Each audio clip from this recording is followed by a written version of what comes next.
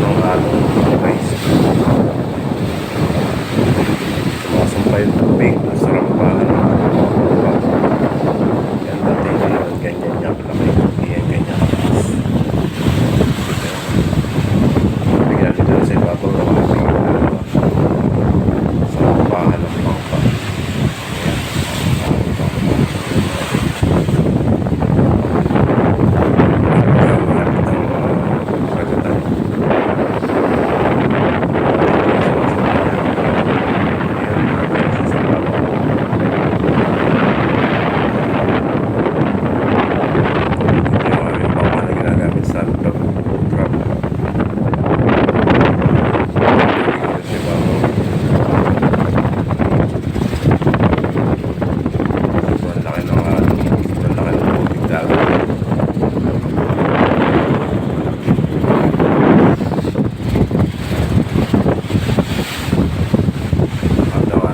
Baybayin dagat, ayan mga kinain na ng dagat. Halos wala nang paglagyan ng mga bangka.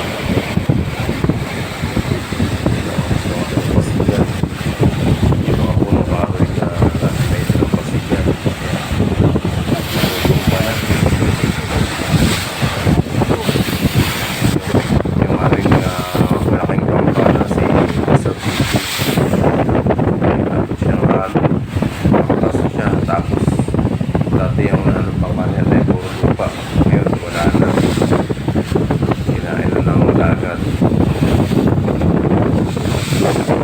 Tumataas ang ano. Dagat ay sumatalok.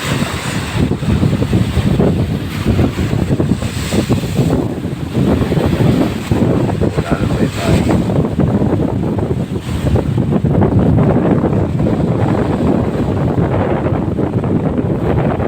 Kaya nag-aakala na sobrang laki ng alon yan, sobrang laki ng dagat.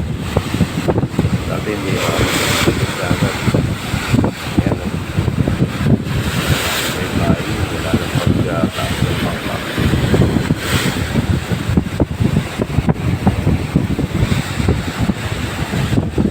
Ang laking pinsala, talagang yung pinsala ng lugar mga lumis.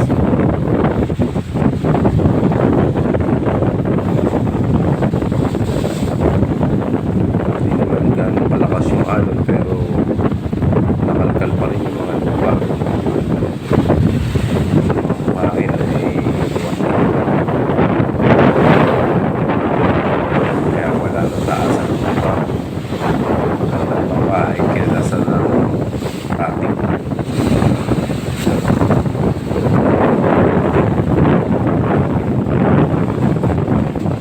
sa malakas na alon sa gabi.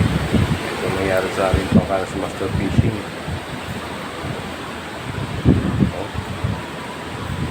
Kaya mga lumis nasira. Tingnan nyo.